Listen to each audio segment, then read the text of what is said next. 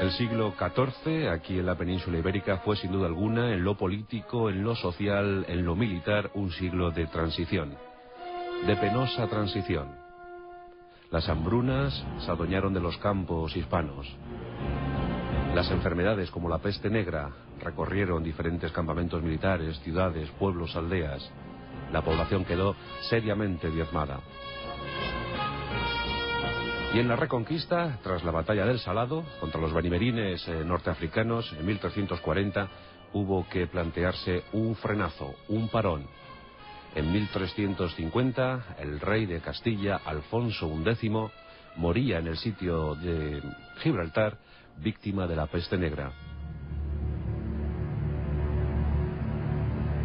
La situación para Hispania era francamente difícil. Los musulmanes seguían dominando zonas como Granada, zonas de Cádiz como Gibraltar, Algeciras, Tarifa.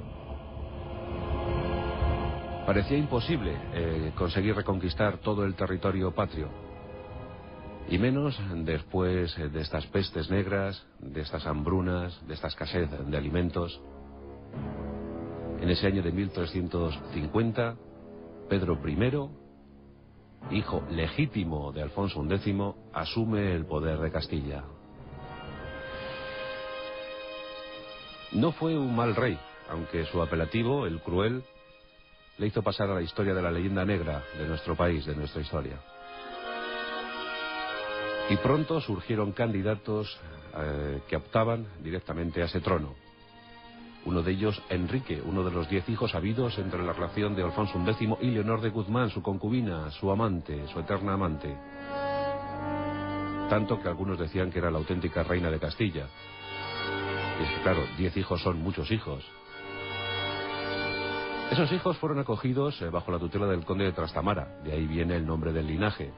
Asumieron el apellido. Y desde 1356 una suerte de guerras fratricidas tremendas asolaron toda la península ibérica. Pedro y Enrique se convirtieron en auténticos enemigos íntimos. Y la guerra parecía no tener fin. En la década de los 60, en ese siglo XIV, nuestro país entró directamente en el conflicto internacional que se estaba viviendo, la Guerra de los 100 años.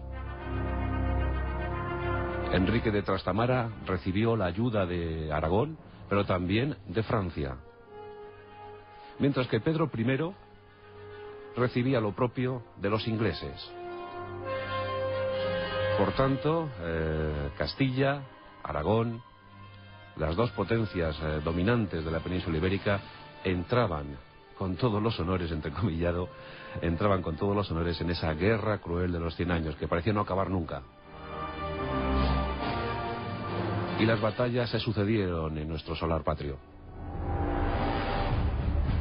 En principio, el apoyo de las tropas inglesas, comandadas por el Príncipe Negro, pareció decantar la balanza del lado de los castellanos.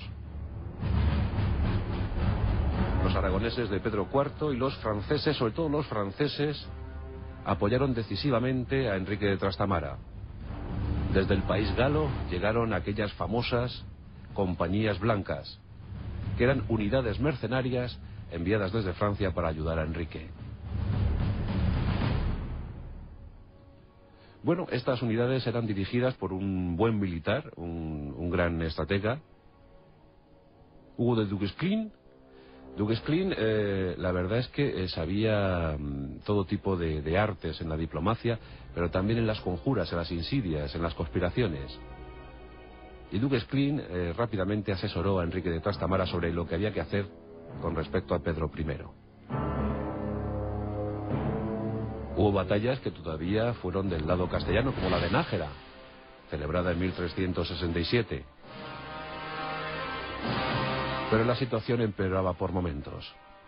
Pedro I y Enrique se seguían odiando. Eran hermanastros. Pero había un recelo absoluto. No había negociación posible. Finalmente, Enrique de Trastamara recibió una buena cantidad de efectivos, una buena tropa, y con esas tropas consiguió una victoria resonante en Montiel. En esos territorios manchegos, los ejércitos castellanos de Pedro I el Cruel fueron masacrados. El propio rey se vio comprometido y tuvo que refugiarse en el castillo de aquella localidad.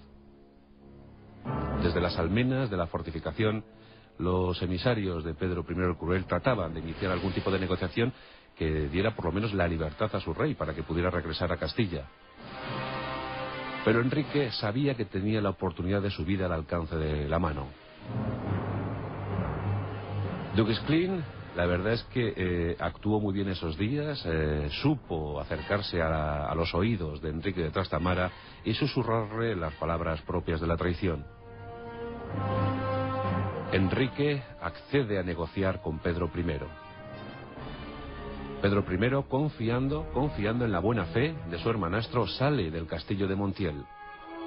Estamos en el año de 1369, decisivo para la historia de España. Los dos enemigos se ven cara a cara en la tienda de Hugo de Duguesclin. En medio de la conversación, una conversación que va subiendo el tono por momentos, Enrique desenvaina su espada y con ella asesina a Pedro I. El propio Enrique de Trastamara comete el regicidio. Hugo de Duguesclin